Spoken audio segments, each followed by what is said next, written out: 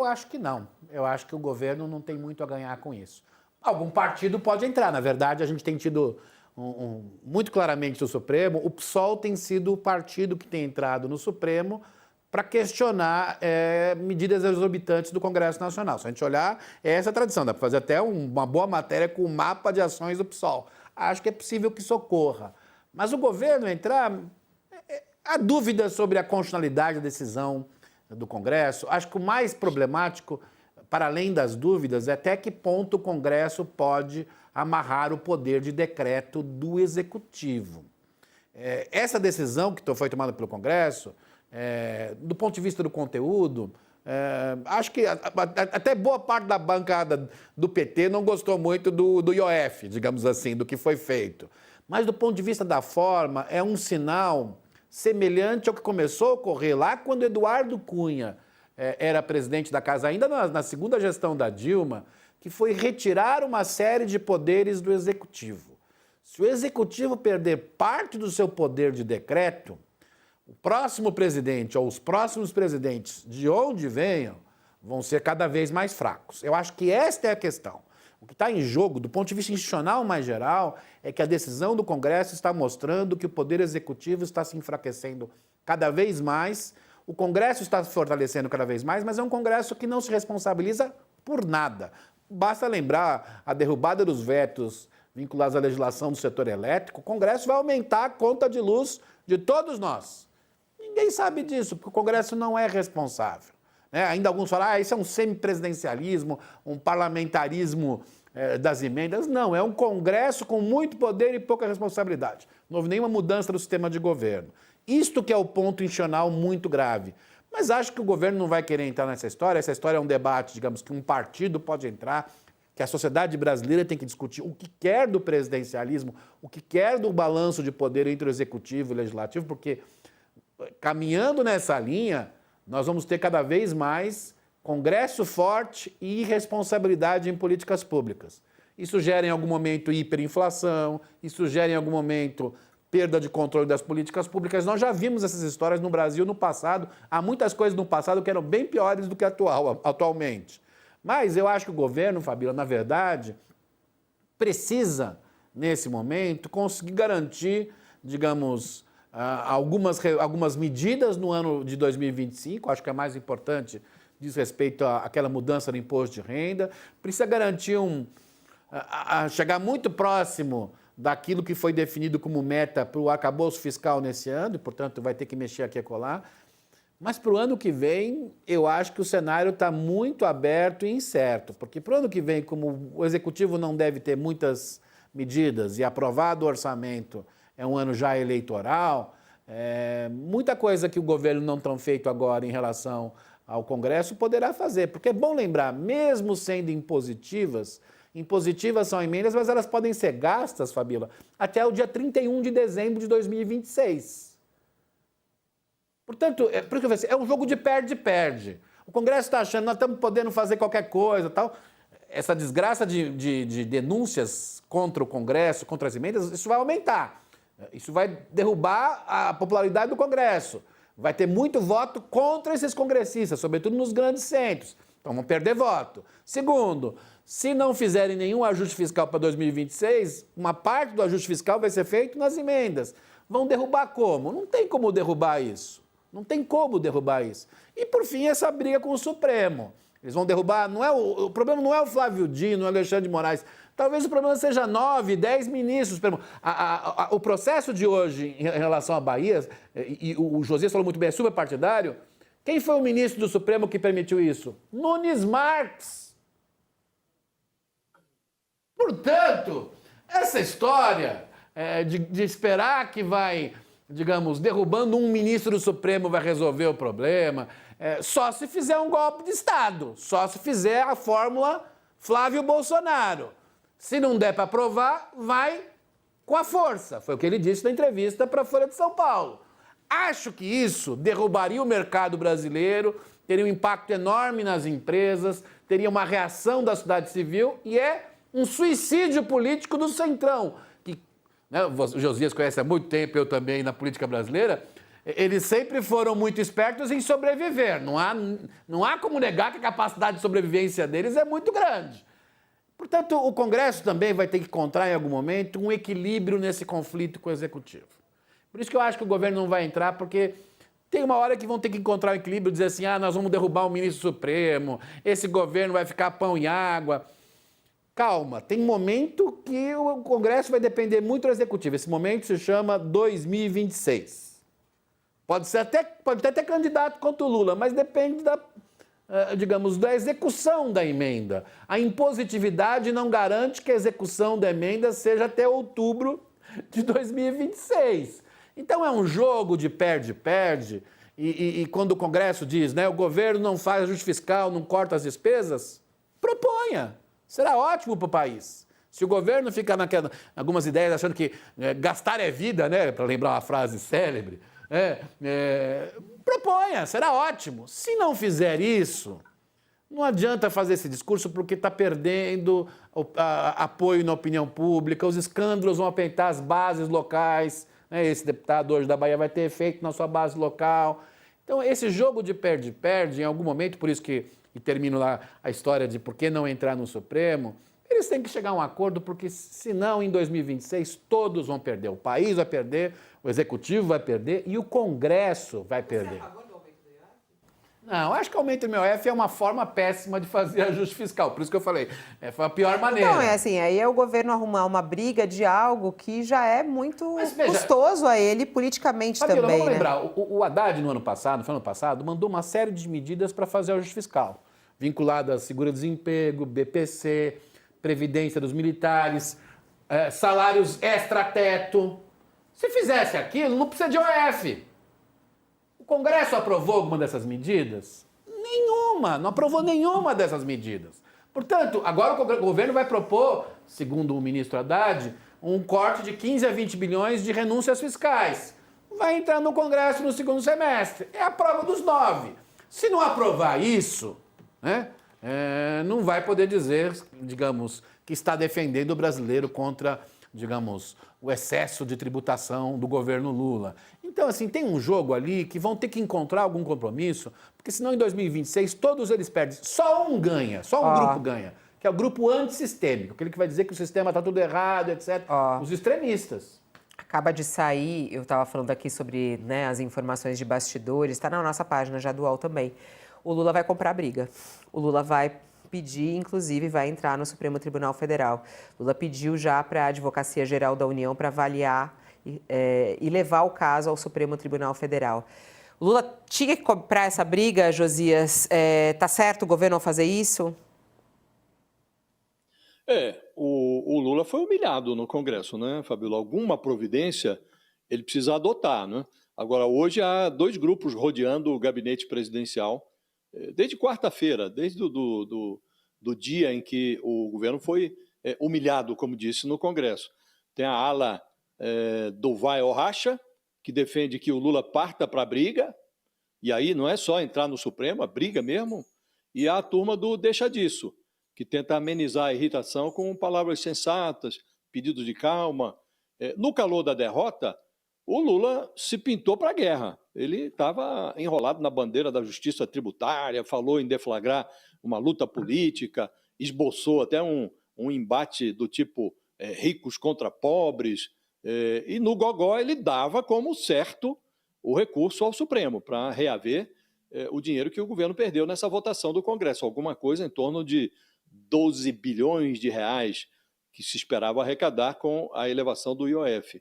Agora, à medida que o tempo passa, o Lula, se não reage, vai ganhando uma aparência de menino que ameaça quebrar a cara do coleguinha na escola, mas demora tanto a levantar da cadeira que vai injetando na cena uma certa ponderabilidade cômica. Então, um quebra-pau que começa com o governo acusando o Congresso de prejudicar os pobres e os congressistas chantageando o Palácio do Planalto para liberar verbas orçamentárias que escorrem pelo ladrão, uma briga assim é o tipo de briga que pede para não ser apartada. Tem muita gente torcendo para que essa briga seja levada às últimas consequências ou inconsequências. Há um certo entusiasmo de parte da plateia pela continuidade do conflito e até uma certa curiosidade sobre o vocabulário que estaria por vir. Mas a preocupação com a governabilidade inibe o instinto do Lula de sair atirando para todo lado, ainda que recorra ao Supremo, há lá uma perspectiva de que o presidente ligue para os chefes da Câmara e do Senado para uma conversa, e no final das contas, Fabiola, vai prevalecendo essa regra, ou vão prevalecendo essas regras da emendocracia que mencionávamos há pouco. É um estranho regime em que a emenda parlamentar virou um outro nome para perversão, sem que nenhum pervertido precise se responsabilizar pelos resultados da devassidão. Então, estamos vivendo essa realidade. E se o Lula optasse pela briga desenfreada, uma briga como ele chegou a mencionar, vamos começar uma luta política, pelo menos para arrumar um discurso de campanha, ele precisaria explicar como governaria com um Congresso em chamas nos meses que o separam da corrida presidencial de 2026. Ele ainda tem muito governo pela frente, né? Então ele está como disse, está ali submetido à pregação desses dois grupos, o grupo do vai ou racha e a ala do deixa disso. Então, preciso ver até onde ele vai levar a sua disposição para a briga. Agora, a questão, né, Josias, é que, por exemplo, ele dá gás a essa briga, vai ao Supremo com uma grande possibilidade de perder, né? E aí vão ser 2 derrotas, né? Porque ontem o doutor Marlon Reis também nos explicava que há juristas que falam que não é inconstitucional essa decisão do Congresso. Ele corre o risco de perder no Supremo. Ele corre o risco de perder. Agora, se ele recorre, Fabiola, supõe-se que o governo se informou a respeito da tendência do Supremo nessa matéria. Deve ter feito a sua pesquisa sobre a jurisprudência, outros casos que eventualmente tenham sido analisados sobre a mesma matéria ou assuntos correlatos, né? Há hoje um aparato muito profissionalizado na advocacia geral da União, né? E um bom contato com o Supremo Tribunal Federal também, né? Muito bom, muito azeitado. O próprio Lula tem interlocução com ministros do Supremo. O ministro Jorge Messias, que chefia a AGU, ele conversa com os ministros, ele mantém um diálogo muito fluido com os ministros do Supremo. Então, se o governo recorre, é porque tem a percepção de que pode ganhar. Se recorrer para perder seria um gesto suicida que eu, na minha ingenuidade, suponho que o governo não executaria. Ele não daria esse passo se não tivesse mínima segurança sobre a possibilidade de êxito no Supremo, né? Agora, se ele recorre, Fabiola, se ele opta por essa briga, ele vai incendiar o Congresso, ele vai acirrar os ânimos, né? E aí pode ser que seja mais difícil para ele obter o que gostaria de aprovar nesse segundo semestre de 2025 no Congresso, sobretudo a proposta que isenta do pagamento de imposto de renda o brasileiro que ganha até R$5.000 por mês, né? Então, o governo tem ainda assuntos pendentes no Congresso. Então, o Lula precisa avaliar o passo que vai dar. Aí, bom, o Josias estava falando e o Abrúcio aqui mexendo a cabeça e já falando, é isso. Há o acordo, então, não é acordo, mas assim, quando a gente fala dessa relação do Executivo com o Supremo, e se realmente o Lula agora, com essa informação que a gente está trazendo agora, que já está na nossa página, que o presidente Lula já pediu para a AGU para justamente levar o caso ao Supremo Tribunal Federal. Quer dizer, não vai mandar se o resultado não for positivo para o governo? Eu acho que no momento, os italianos usam a palavra minaccia, né? No momento da política da ameaça. Acho que o Lula tem que fazer a ameaça, por outro lado, falar assim, opa, tem problema. Porque a tendência no Supremo, olhando decisões similares em relação ao poder do Executivo e do Legislativo, seria claramente a favor de derrubar a decisão do Congresso. Mas o Supremo não faria isso em uma semana, em um mês. Tem uma agenda enorme, jogaria mais para frente. Mas a tendência, olhando para o voto dos ministros mais recentemente, seria mais nessa linha. Acho que ele tem maioria para isso. Mas o momento ainda, Fabiola, é da ameaça. O Lula tem que fazer a ameaça para dizer o seguinte, olha, vocês têm bomba atômica, né? Como Israel, já que foi feita a comparação pelo Josias, né? É Israel e Irã. Vocês têm bomba atômica, Israel tem bomba atômica, está fora do acordo de proliferação de armas nucleares, etc. Vocês atingiram a gente, mas vocês não têm certeza se nós ainda temos urânio enriquecido.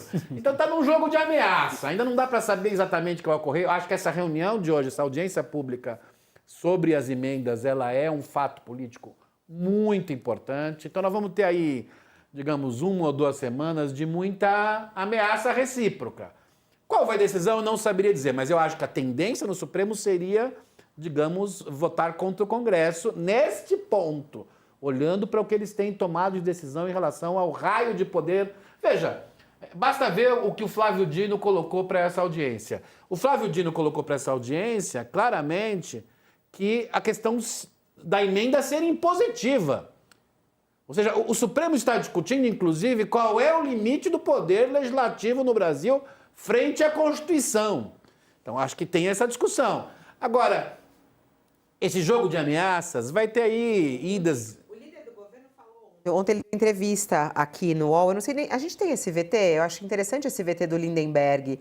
É interessante ontem, que eu acho que é bem nessa linha do que o Lula está dizendo. Ele disse que o governo tem a obrigação de recorrer ao Supremo Tribunal Federal. Vamos ouvir o que ele disse. Esse caso do IOF, deixa eu te contar a barbeiragem. Porque não só o Poder Executivo tem o direito, como tem a obrigação de entrar no Supremo. Você sabe que a lei que instituiu o IOF dá o seguinte: o IOF é competência exclusiva do Poder Executivo. A lei diz, olha, tem um limite aqui e o Poder Executivo pode mexer. Todos os governos assim o fizeram. Ele falando que tem a obrigação, foi... mas eu acho que ainda está no jogo de ameaças. Ele tem que mostrar ao Executivo que tem alguma bomba atômica, se o Legislativo... Porque é bom lembrar, todo mundo sabia que o decreto do IOF ele ia cair. Mas qual era a combinação? Queria demorar mais umas 2 semanas para acertar um pouco o jogo frente à MP que o governo mandou ao Congresso, certo? O que foi surpresa? Não era isso a surpresa. A surpresa foi a data e o modo pelo qual o deputado Hugo Mota fez a votação. A data muito antes do combinado e o modo com votação remota em pleno São João. É isto. Vamos combinar isto. Então, ele quis mostrar que, usando um pouco a comparação do Josias da briga, ele disse, olha, eu bati no menino antes, eu posso bater mais. E o Executivo tem que mostrar, você bateu, mas eu também tenho aqui um coleguinha, que é meu amigo, que é musculoso. Então, eu acho que está neste jogo. Qual vai ser a decisão final? Vai depender de um cálculo de ganhos e perdas entre Executivo e Legislativo, que eu acho que ainda não está feito. Só falar uma coisa para você, acaba de cair mais uma notícia que está na nossa página, que o presidente da Câmara, Hugo Mota, e do Senado cancelaram de última hora a ida ao Supremo Tribunal Federal para audiência. Tá, e o Josias já começa a rir. Que seria debatido justamente o pagamento das emendas parlamentares impositivas. Gente, a briga, Josias, está aí clara, a gente está vendo, né? Eles dois cancelaram a presença de última hora, chegaram a confirmar que participariam, a gente falava agora há pouco sobre a presença deles, e resolveram enviar apenas os advogados da Câmara e do Senado.